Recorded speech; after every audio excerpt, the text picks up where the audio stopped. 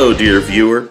Hey, any of you remember that one reviewer back in the day who popularized the whole angry reviewing fad back when it was still fresh? Oh, those were the days. Back then we had horse-drawn carriages and silent film and the telegraph and the printing press. Not this fancy iPhone shit you kids have today. Anyhow, as many of you know, several people saw how successful he was and tried to do the same shtick, only to be labeled as imitators or plagiarists or just plain sad. Now, one of these old-timey bandwagon jumpers got completely forgotten by time and overlooked by people, even back in the day, hidden in a remote part of YouTube where only a few intrepid viewers may wander. Filmin' Stuff is your run-of-the-mill, low-key, old-timey bargain bin AVGN, a guy who's been reviewing games since the AVGN boom, and who hasn't evolved from that shtick, like a Neanderthal preserved in ice, here to be examined and studied, in hopes of never repeating his tragic tale. Here is his entire video output since the days of Shitload of Fuck, and as you can see, he's still at it. Have his reviews changed? Has he improved? Has he gotten better? The short answer is no. The long answer is the rest of this episode, so sit tight and enjoy the comedy stylings of AVGN Zero. I mean AVGN Lite. I mean Diet AVGN. I mean AVG Not. I mean Joke-Free AVGN. I mean Filmin' Stuff.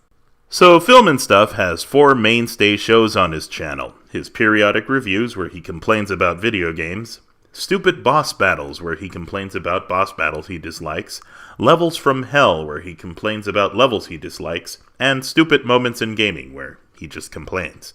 Every video this guy makes starts with the exact same disclaimer. Warning, the following video contains profanity used in a humorous context. Viewers' discretion is advised. This disclaimer is creatively, quote-unquote, presented in various different Microsoft Movie Maker ways so as to remind you that you're watching a brand new episode.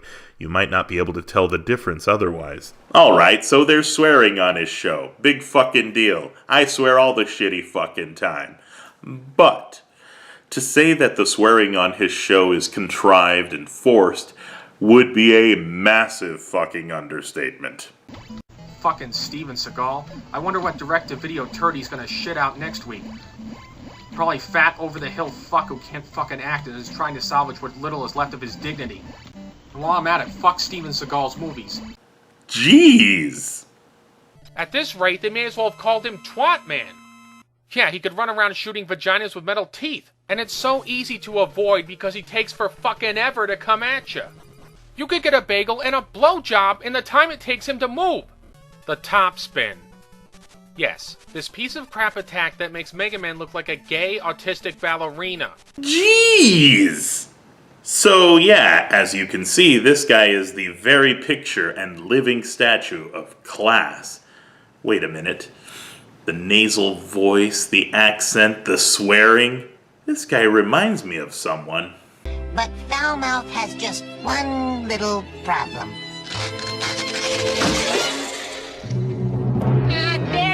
I spilled fucking cocaine all over my fucking lettuce. Did I say little problem? And really, the profanity wouldn't be such a big deal if you actually used it in a humorous context like you advertised, rather than just saying the word fuck over and over again because you think the word sounds funny in any context. Dead ringer for Shinobi. What the? What, am I gonna strangle this guy or fuck him? Or both? I don't know. Loosen up, man. Where is your boss? Oh yeah, like he's just gonna tell me, sure. Right. I don't know. I don't give a shit. Let's just keep playing. Jesus, this is one fucked up game. Oh god, this music is driving me nuts. What is it about ninja games? Can anyone just make good music for ninja games? That's it. I'm just gonna fucking mute the damn thing. Yeah, was that humorous? Or was that just saying whatever shit you could say because you had nothing clever to say, so you had to cover it up with shits and fucks and pretend it was supposed to be funny?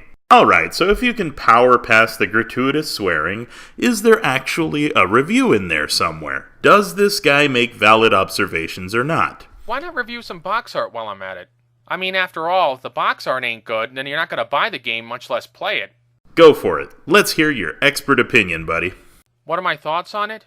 This is some of the worst fucking box art I've ever seen for a game. Okay, granted the box art looks like it was drawn on the cheap with colored pencils. Give me your main reason it's the worst, absolute worst box art ever. For one thing, what is the game about? Judging from this cover art, I don't have the foggiest fucking clue. There's all this shit on the box. There's this kid, alright, he's a guy, but there's this one guy, and there's a bigger guy behind him, and a dinosaur, and a robot, and a skull, and a pair of eyes. What the fuck is this game about? For one thing, what is the game about? Judging from this cover art, I don't have the foggiest fucking clue. There's all this shit on the box. There's this kid, alright, he's a guy, but there's this one guy, and there's a bigger guy behind him, and a dinosaur, and a robot, and a skull, and a pair of eyes. What the fuck is this game about? For one thing, what's this game about? There's this dude and this thing and this sword and this chick and these flames. What the fuck is this game about? Yeah, I hope I've illustrated how generic and applicable to nearly everything your complaint really was. You have no observational skills. Your inability to see the real issues with that which you are reviewing is one of the main reasons you suck as a reviewer. You have all the observational skills of a bat in a coma. Basically, this boils down to a battle of attrition.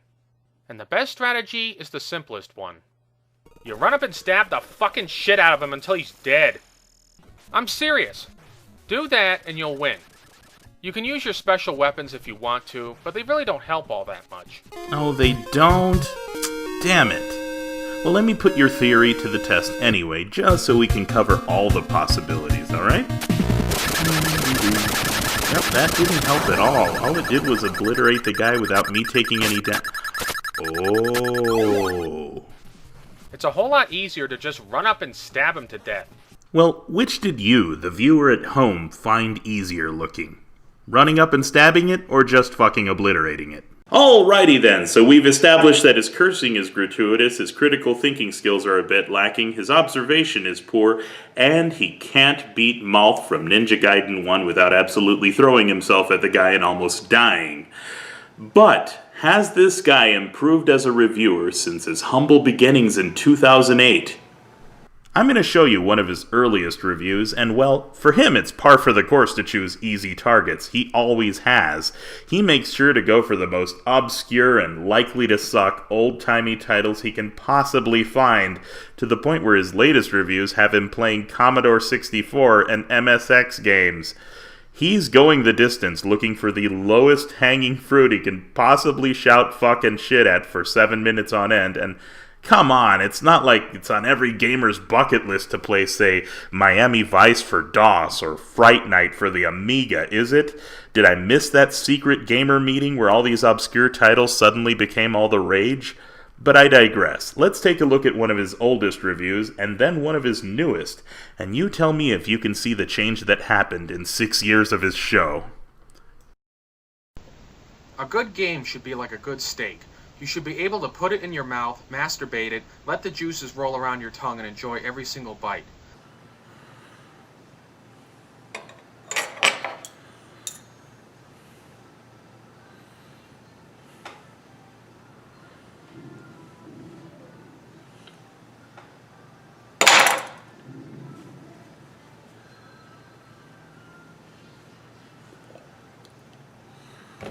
However, Time Lord is not like a good steak, and it sure as hell isn't a good game. In fact, if there was ever a jail for bad games, I hope somebody would incastrate it there. Okay, I get it. This guy is actually trying to use the wrong words in order to try to sound funnier. Wow! Even as a parody of bad reviews, this falls flat on its face. That means it's neither funny as a straight review, nor funny as a parody of bad reviews. That's sad. Literally, all this is a guy desperately searching for shock value. And that's this entire review. Here's more of it. Your mission, should you choose to give a shit. Line?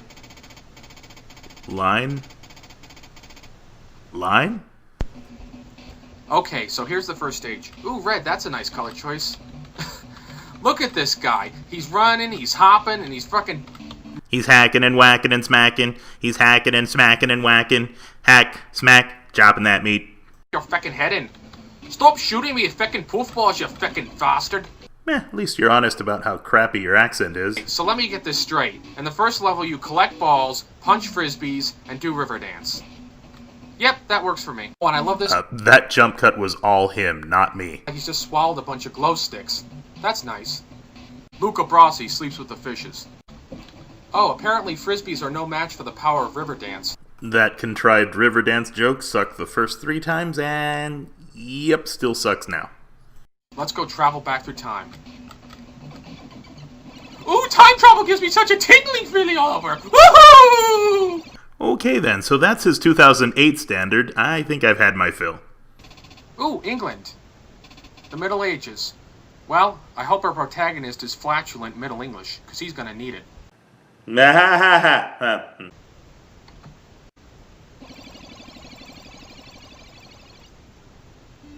Oh, what's that word where somebody can speak multiple languages? Oh yeah, analingus. I hope our protagonist is very analingual. So let's get to the gameplay. Ooh, more river dance. What is it with you and Riverdance, dude? Get over it already. Oh, magic mushrooms. Ooh, maybe I can take them and get high. Okay. I tap. Once you get to the lazy drug references that anybody can do because they're so fucking easy to make, yeah, that's it. Show me your modern stuff, will ya? The cats and enemies are so fucking retarded that all they do is go back and forth like they're on crack. Oh, come on! Is that the only joke you have in your repertoire? Blank is like blank on crack. You know that's the ultimate in unfunny comedy, right? That is the one joke you can tell that'll prove to people beyond a shadow of a doubt that you are the least creative person at least for 120 miles around. Word to the wise, if you're ending your jokes with like crack, then you are boring the shit out of everyone around you and you need to stop. That was filming stuff. Till next time, dear viewer, I'm done. By the end of the first level, I became so bored that I just quit. Yeah, pretty much. That's how I feel too. And guys, if you ever hear me make a blank on crack joke, please remember to bitch slap me with a comment. It's the only way I'll improve. Oh, last thing, this guy also has a website, which is as plain and dull as his humor. Happy browsing!